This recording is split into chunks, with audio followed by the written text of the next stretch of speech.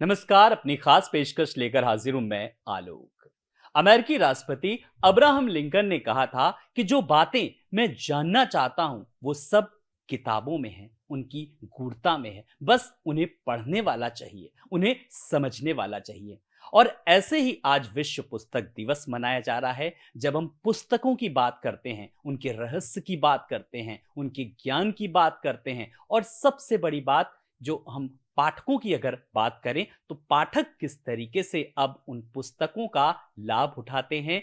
तो आज इस खास दिवस पर जब हम विश्व पुस्तक दिवस को लेकर के बात कर रहे हैं, तो पुस्तकों को लेकर के, उनकी गूढ़ता को लेकर के, उनके रहस्यों को लेकर के एक खास शो हमने हमने आमंत्रित किया है। लेखक हैं, व्यंग्यकार हैं, सामाजिक सरोकारों से जुड़े रहते हैं। लेखक हैं अलंकार रस्तोगी जी। अलंकार जी, अच्छा। नमस्कार। बहुत बहुत आपका स्वागत है विश्व धन्यवाद, पुस्तक धन्यवाद, दिवस। बहुत-बहुत धन्यवाद। और आज जैसा कि हमने बताया है कि लेखक हैं, खुद अपनी किताबों के साथ हमने खास स्टूडियो में आमंत्रित किया है। तो सबसे पहले हम किताबों के बारे में तो जानेंगे कि किस तरीके से उनके व्यंग्य हैं, उनके उपन्यास हैं, और बड़ी बात कि उनके उपन्यास पर, उनकी रचनाओं पर किस तरीके से लखनऊ विश्वविद्यालय में शोध तक हो रहा है। लेकिन सबसे पहले जब अलंकार जी, जब हम पुस्तकों की बात करते हैं, उनकी रोचकता की बात करते हैं, पाठकों की बात करते हैं, उनकी पसंदीदा किताबों की बात करते हैं, आपने कैसे समझा कि हाँ, ये पाठकों की पहली पसंद है, और आपको पढ़ने लिखने का शौक कब से आया और फिर लेखन में कब से आए?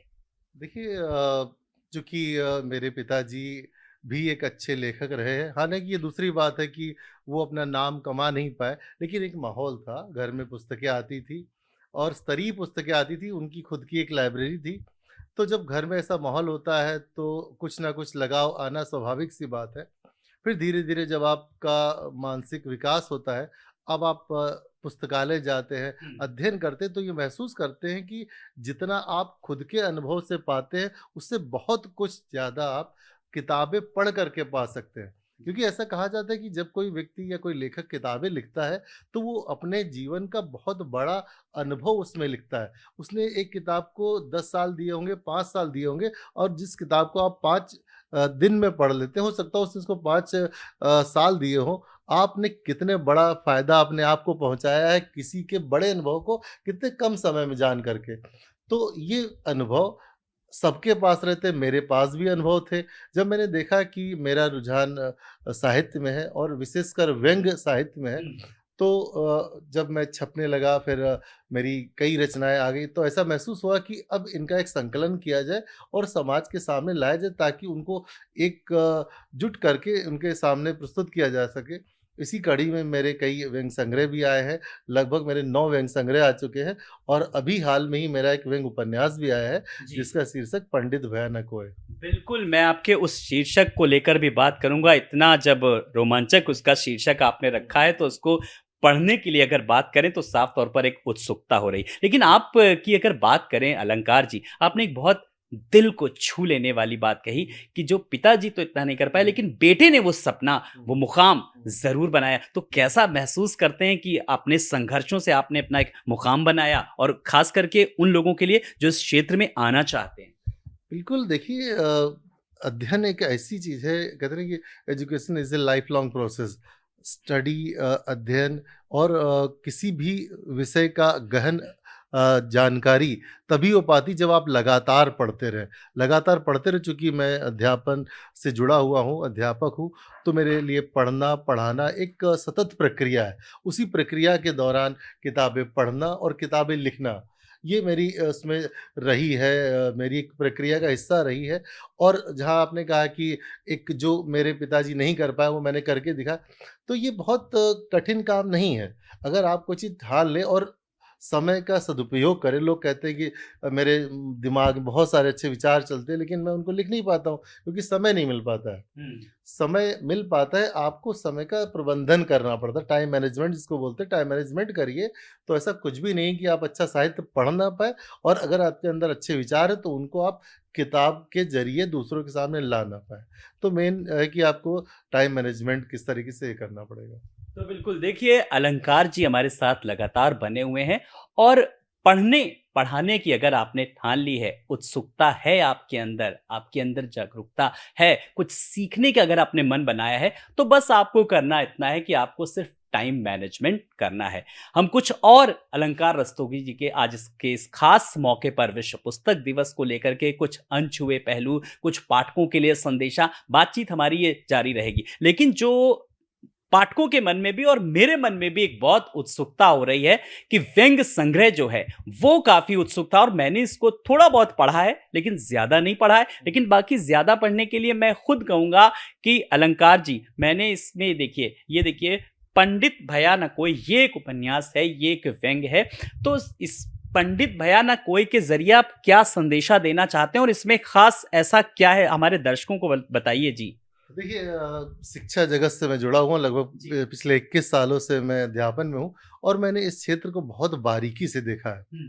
चूँकि मैं खुद इससे दो चार होता रहता हूँ, तो मैंने महसूस किया कि हम लोग जब एक सिद्धांत की बात करते हैं, शिक्षा जगत में सिद्धांत चलते हैं, ऊपर से लेके नीचे तक हर सिद्धांत बने हुए हैं, जिनको नियमावली में लिखा गया है। लेकिन जब हम व्यवहार में आते हैं तो ऐसा महसूस हो सकता है होता है कि वो नियम कहीं न कहीं तार-तार हो रहे हैं, चाहे वो विद्यालय हो, चाहे वो समाज हो, चाहे वो विभाग हो और चाहे लोगों का दृष्टिकोण ही क्यों ना हो। तो इसको मैंने महसूस किया कि अगर इनको एक व्यंग्यात्मक प्रस्तुति दी जाए, तो समाज के जो समस्याएँ हैं वो मुखर बन के सामने आएँगी और कहीं न कहीं जो ज़िम्मेदार लोग हैं, उनको एहसास भी होगा कि ये चीज़ तो हमने इस पे ध्यान ही नहीं दिया कि काश हमने इस पे किया होता कि जी। किस तरीके से एक शिक्षक की नियुक्ति होती है, नियुक्ति के बाद वो विद्यालय जाता है, जॉइनिंग में क्या समस्याएँ होती हैं, फिर विद्यालय के मैनेजमेंट के साथ क्या समस्या होती, बिल्डिंग्स में क्या समस्या होती, बहुत तो सारी इसमें कहीं इंटरनल आपने पॉलिटिक्स अपनी होती है। समस्याओं को तो नहीं इसमें नहीं, मेंशन इसमें वो किया? सारी समस्याएँ जो समाज शिक्षक समाज या शिक्षण समाज से जुड़ी हुई हैं। जी। तो जब आप इसको पढ़ेंगे तो ऐसा महसूस होगा कि ये सिर्फ़ एक आयामी नहीं, बहुआयामी इसमें चरित्रों को दिखाया गया है और ताकि इस बहुमूल्य चीज़ को भई सब अगर आपके पास शिक्षा नहीं है, तो कुछ भी नहीं है। शिक्षा पहला एक चरण होता है सामाजिक या कह सकते हैं कि एक अच्छे इंसान बनाने के लिए। अगर उसमें भी समस्या है, तो पहले उसको हमें साफ़ तो करना अगर है। मैं बात करूँ कि पंडित भया न कोई ये जो है, ये हुँ, अगर आप अपने हाथ में इसको हुँ। पकड़ें, और कौन-सी इसकी जो है ख़ास जो पैरा जो वो जो हुँ, पढ़ा हुँ, जाए, कुछ हुँ। ऐसा है जो आप हमें हाँ, हाँ, बताएँ? बिल्कुल, जी, जी। बिल्कुल, बिल्कुल। ये इसमें बहुत सारी जी, चीज़ें जी। हैं और अगर मैं इसको देखूँ कि देखिए, हाँ। अगर कॉलेज का स्टाफ रूम, हुँ। एक छोटा-सा एक अंश मैं बता रहा हूँ, हालाँकि बहुत अगर आप नहीं, बड़े उपन्यास संक्षेप है में। जी। तो कॉलेज का स्टाफ रूम होता है। तो कॉलेज के स्टाफ रूम में गंदगी है, तो कैसे उसका मैंने चित्रण किया है कि उसकी छत में जिस मात्रा में जाले लगे थे, उसे देखकर ये समझा जा सकता था कि उस कॉलेज के चपरासी मकड़ियों के प्रति कितने उदार थे। इस उदारता का प्रमुख कारण उनका निकम्मापन था, ना कि उनकी अहिंसक प्रवृत्ति। वह उसका सारा दोष उस छत की ऊँचाई को दिया करते थे, जिस तक पहुँचने के लिए अभी तक ऊपर वाले ने कोई सीढ़ी नहीं बनाई थी। सरकारी कॉलेज के चपरासी अपने को शिक्षकों से बहुत ज़्यादा ऊपर और मजबूरी में प्रिंसिपल से थोड़ा ही कम मानता है। चपरासीगण किसी टीचर की बात को कान के अंदर तक नहीं लाते थे और प्रिंसिपल की बात को सुनते तो थे, लेकिन एक कान से सुनकर दूसरे कान से निकाल दिया करते थे। तो ये कुछ ऐसा था जी, कि इसमें बहुत सारे ऐसे बिंदु हैं जिस पे आपको अच्छे-अच्छे पंचेज़ मिलेंगे। जी। कुछ बातें हैं जो लगेगा कि हाँ, ये तो अगर आप भी ये सरकारी विद्यालय में अगर पढ़े हों, तो महसूस होगा कि कितनी अभी भी इसमें विसंगति। विसंगतियाँ हैं और ऐसे कितने अवसर हैं जहाँ पर हम इन चीज़ों को सही कर सकते हैं। जी। तो बिल्कुल किस तरीके से अलंकार जी ने भी साफ तौर पर कहा, जो तमाम सारी जो विसंगतियाँ हैं, उनको सामने ला करके अपनी लेखनी के ज़रिए अब पहुँचा रहे हैं पाठकों तक, ताकि वो भी इस पर अमल करें और उसको पढ़ें और उसको आत्मसात करें किस तरीके से। जब अलंकार जी, जब हम आपने एक सिस्टम को लेकर के बात करी, तो ये जो उपन्यास है, जब उपन्यास की अगर बात करें तो बहुत कम देखने को मिलते हैं, जैसे व्यंग्य रचनाएँ जो होती हैं बहुत सारी मिल जाती हैं कवियों की, साहित्यकारों की। तो इस संदर्भ में आपको लगा कि हाँ, कमी है और मुझे आगे आना चाहिए? देखिए, बिल्कुल लखनऊ एक गढ़ रहा है व्यंग का, जहाँ जी। पर अमृतलाल नागर जी, पद्मश्री श्रीलाल शुक्ला जी, केपी सक्सेना साहब, गोपाल चतुर्वेदी जी, और एक बहुत लंबी फहरिस्त है जिन्होंने व्यंग में काम किया है। हुँ। तो एक कमी हमेशा मुझे ऐसे लगी कि राग दरबारी जो श्रीलाल शुक्ल जी का एक कालजयी उपन्यास है, जिससे हम सब व्यंगकारों ने बहुत कुछ सीखा है, एक उसको मानक बना करके हम लोग चलते हैं। लेकिन उसके बाद से व्यंग उपन्यास के लिए काम नहीं हो पाया है। शायद इसके पीछे कारण ये रहा है कि लोग घबराते हैं कि जो वो एक मानक तय कर दिया है, ये गढ़ गए हैं, श्रीलाल जी, क्या मैं उस मानक तक पहुँच पाऊँगा? तो मैंने सोचा कि अगर मैं उस मानक तक ना भी पहुँच पाऊँ, तो कम से कम एक प्रयास तो करता हूँ कि क्या मैं उस परंपरा को आगे ले जा पा रहा हूँ? तो उसी परंपरा के निर्वहन को के लिए मैंने ये उपन्यास लिखा है, और ये विषय भी मैंने ऐसा उठाया ताकि वो आम जनमानस से जुड़ा हुआ हो। कोशिश की है, एक प्रयास किया है, लोगों के बहुत अच्छे फीडबैक्स इसमें आ रहे हैं, लोगों ने पसंद किया है, लोग इसको खरीद रहे हैं। आलोचकों की बात करें तो कई आलोचकों ने इस पे अच्छी समीक्षाएँ भी की है, और जल्द ही बहुत और लोगों की समीक्षाएँ भी आने वाली हैं। तो मेरा ये प्रयास रहा है कि कुछ ऐसा किया जाए कि लखनऊ जो व्यंग है, वो आगे ले जा सकूँ मैं इसको। तो लगातार किस तरीके से हिंदी साहित्य को अपनी लेखनी के ज़रिए अलंकार जी आगे बढ़ा रहे हैं। अलंकार जी से हम कुछ और भी पुस्तकों की किस तरीके से अभिरुचि बढ़ाई जा सकती है, शिक्षक और छात्रों के बीच जो बढ़ती दूरी है, उस पर भी बात करेंगे। विश्व पुस्तक दिवस पर आज अलंकार रस्तोगी जी, लेखक, सामाजिक कार्यकर्ता, अध्यापक आज हमारे साथ खुद हैं। और अलंकार जी, अब तक अगर आपके हम संकल्पों की और साथ ही साथ संकलन की बात करें, तो अब तक आपके कितने हो चुके, कितनी आपने पुस्तकें लिख डाली? ये हम खास सवाल आज के दिन आपसे हाँ, पूछ बिल्कुल, रहे बिल्कुल, और मैं चाहता था कि ये आप सवाल मुझसे पूछें, ताकि जो मैंने अभी तक हाँ, मेहनत की है, वो जी, लोगों जी। के सामने आ जी, सके। जी। तो मेरी अभी तक 9 व्यंग्य संग्रह आ चुके हैं, और ये एक सतत प्रक्रिया के तहत हुआ। 2014 में मेरा पहला व्यंग्य संग्रह आया था, खुदा झूठ ना लिखवाए। फिर 2016 में आया दो टूक, फिर 18 में आया सभी विकल्प खुले हैं, 20 में डंके की चोट पर, और 21 में आया है जातक कथाएँ, घातक कथाएँ, जातक कथाओं का आज के संदर्भों में वो है। 23 में आया जूते की अभिलाषा, और अभी हाल में ही पंडित भयानक होए, ये एक उपन्यास है, व्यंग्य उपन्यास है। तो एक पूरी क यात्रा रही है, जिसमें कि कोशिश ये रही है कि जो मैंने लिखा है, वो जी, आम जनमानस तक पहुँचता रहे। जी। और अच्छी बात है कि इस पे डंके की चोट जो पुस्तक है, इस पे मुझे उत्तर प्रदेश हिंदी संस्थान का शरद जोशी सम्मान भी प्राप्त हुआ था। जी। ये मेरे लिए बहुत ही गर्व की बात रही है कि जो मैंने लिखा उसको एक प्रामाणिकता भी मुझे मिली। तो ऐसे अलंकार रस्तोगी जी आज हमारे साथ हैं हमारे इस खास कार्यक्रम में, जिन्हें कई प्रतिष्ठित सम्मानों से भी नवाजा जा चुका है। आपने इतनी किताबें लिखी, मेरे कई सवाल अब आपसे एक ही लाइन में हैं। जो नाम को लेकर के अगर मैं बात करूं, पंडित भयानक कोई, जूते की अभिलाषा, जैसे नहीं लगता नाम पे थोड़ा रिसर्च करते हैं क्या कि बहुत इंटरेस्टिंग होगा तो लोग अपने आप अनायास ही बरबस जाएंगे? और जब किताबें जब होती, जब इनकी रॉयल्टी भी आती होगी, फिर उसका आप क्या करते हैं? दिल से इस सवाल का जवाब दीजिएगा अलंकार जी। देखिए, सबसे पहले आपने जो पहला प्रश्न किया है कि ये जो नाम है, जी। सभी विकल्प खुले हैं, हाँ। जूते की अभिलाषा। देखिए, पुष्प की अभिलाषा तो आपने देखा, माखनलाल हुँ, चतुर्वेदी की रचना बहुत कालजयी रचना है। लेकिन क्या जूते की भी अभिलाषा हो सकती है?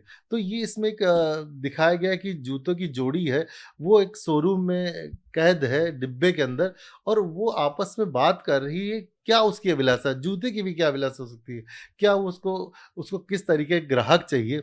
तो इस पे मैंने लिखा है, खुदा झूठ ना लिखवाए। अभी तक लोग कहते हैं खुदा झूठ ना बुलवाए, लेकिन अगर एक लेखक लिख रहा है, तो कोशिश ये करता है कि वो झूठ लिखे भी ना।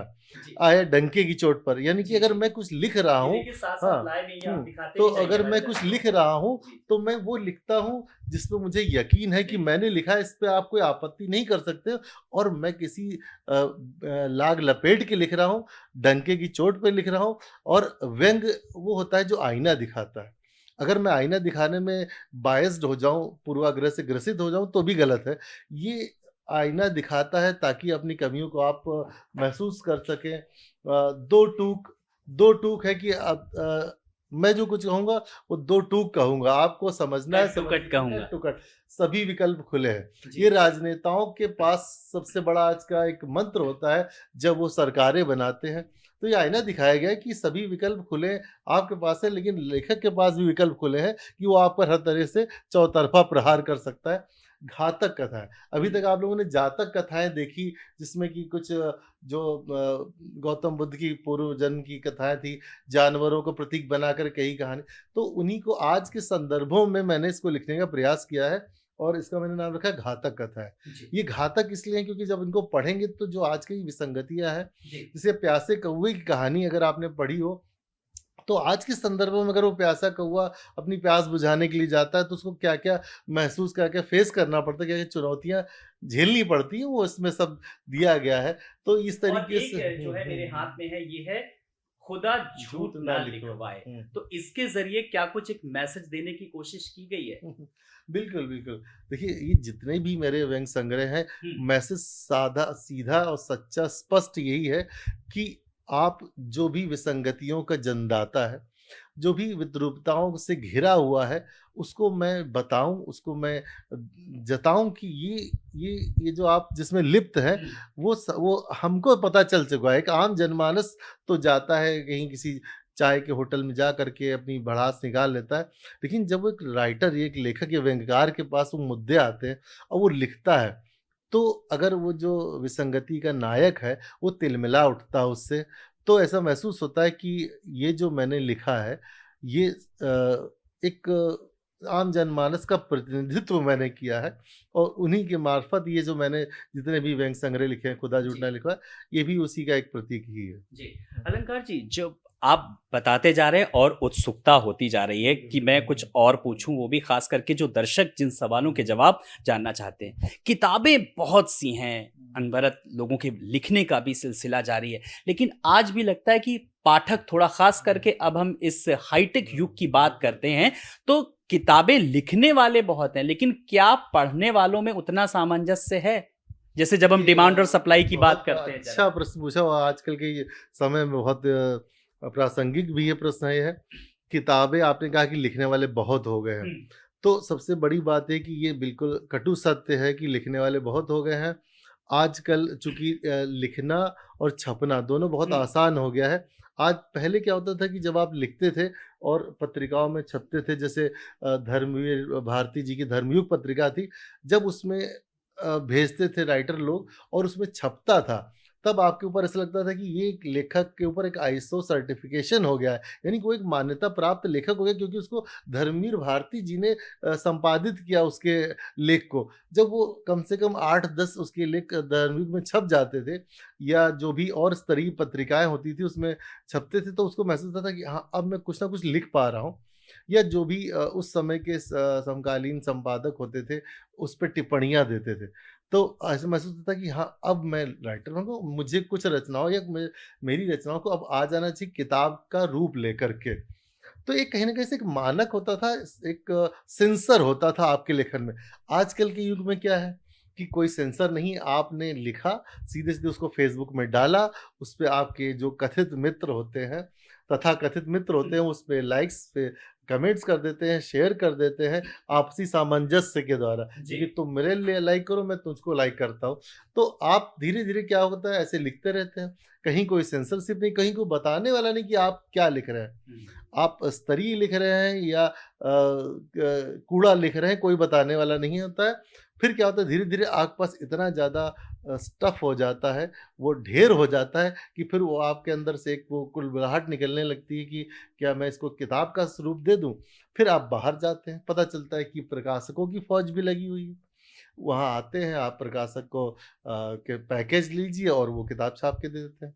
तो ये जो पूरा प्रक्रिया, पूरा प्रोसेस इतना आसान हो गया है लेखक बनने का कि आपने जैसे कहा कि बहुत लेखक हो गए, जी। तो लेखकों के मानक नहीं रह गया, उनको कोई संपादन नहीं, सेंसरशिप नहीं, तो इस चक्कर में बहुत लेखक हो गए।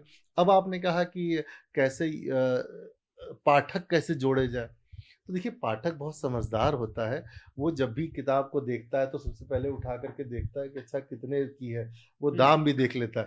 तब दाम देखता है तो देखता है अरे ₹200 ₹250 किताब है, तो वो एक आम जनमानस के मुंह से भी सुनता है कि अच्छा वो फलाना राइटर कैसा है, उसकी कैसी रचनाएं अभी तक आई हैं, तो मूल्यांकन कर सकता है कि कैसा अभी भी आज के युग में भी बहुत राइटर्स ऐसे हैं जिनकी किताबें आज भी आप बुक फेयर वगैरह लगते हैं, पुस्तक विश्व पुस्तक मेला लगता है, तो लोग पूछते हैं जा करके कि वो अभी भी देखिए अभी भी धर्मवीर भारती की गुनाहों को देवता है या प्रेमचंद की किताबें बिक रही हैं। आज के युवा राइटर्स भी जी। बहुत अच्छे-अच्छे लिख रहे हैं और लोग उनकी किताबें हाथों-हाथ लेते हैं। जी। तो इसका मतलब ये नहीं कि पाठक नहीं है, पाठक को आप अच्छा दीजिए, अपने आप को लेखक से पहले ही देखिए कि खुद का मूल्यांकन करिए कि क्या मैं जो भी लिख रहा हूँ, वो पाठक पढ़ने के लिए आतुर होगा या वो उसपे इतना पैसा ल और समय बिल्कुल, आपने अपना बहुत देगा। डेप्थ वाली और बात अगर कही ये कि दे पाएगा जी। तो आप लिखिए, नहीं तो क्या फ़ायदा आप सिर्फ़ भीड़ बिल्कुल, बढ़ाने लिखने से से। पहले आप खुद भी कहीं न कहीं एक तरीके से हुँ, आत्म-मंथन करें। बिल्कुल। चलते-चलते हमारे इस कार्यक्रम के ज़रिए आज के इस खास दिवस को लेकर के पाठकों के लिए क्या कुछ खास संदेशा अलंकार रस्तोगी जी की तरफ से? देखिए बिल्कुल आज विश्व पुस्तक दिवस है, सभी को बधाई। और पुस्तकें ही हमारे जीवन मूल्य को संवर्धित करती हैं, हमारा जो नैतिक मूल्य है, हमारी जो सोच है, हमारे विचार हैं। देखिए ईश्वर सिर्फ़ मानव बनाता है, कहते नहीं गॉड मेक्स मैन, लेकिन जेंटलमैन वो किताबें ही बनाती हैं। तो अगर आपको वास्तव में एक अच्छे इंसान के रूप में अगर आप चाहते हैं कि लोग आपको जाने, तो किताबें अवश्य पढ़िए, अच्छी किताबें पढ़िए, निरंतर पढ़िए, अपने आने वाली पीढ़ी को किताबों के प्रति आकर्षित करिए। घर में एक सेक्शन बनाइए जहाँ पर किताबें रखिए, विशेषकर जो आजकल बच्चों के अंदर सोशल मीडिया और मोबाइल का क्रेज़ है। तो आप ऐसा होता है ना कि आप खुद भी किताबें नहीं पढ़ते हैं, आप खाली समय में मोबाइल की बजाय किताबें पढ़िए, बच्चों की शेल्फ में किताबें ला के रखिए, अपनी एक शेल्फ बनाइए इसमें कि आप अच्छे-अच्छे राइटर्स की किताबें रखेंगे, तो कहीं न कहीं से बच्चों को विकल्प मिलेगा ना मोबाइल का, तो खुद देखेगा कि अच्छा हाँ, यहाँ पर एक प्रेमचंद जी की कोई अच्छी रखी है, छोटी-छोटी आप कहानियाँ रखिए, बहुत क्लिष्ट मत रखिए, तो उनको विकल्प मिलेगा और किताबों से ही कहीं न कहीं वो अपने आप को एक अच्छे इंसान के रूप में विकसित कर पाएँगे। जी।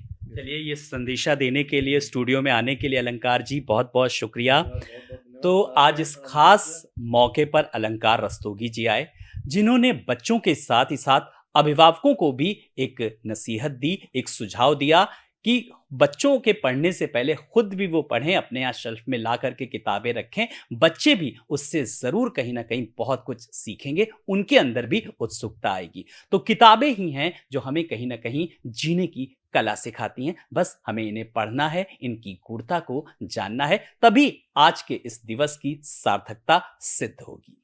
इस खास पेशकश में इतना ही। कैमरा सहयोगी राजा के साथ मैं आलोक, टीवी 27 न्यूज़, लखनऊ।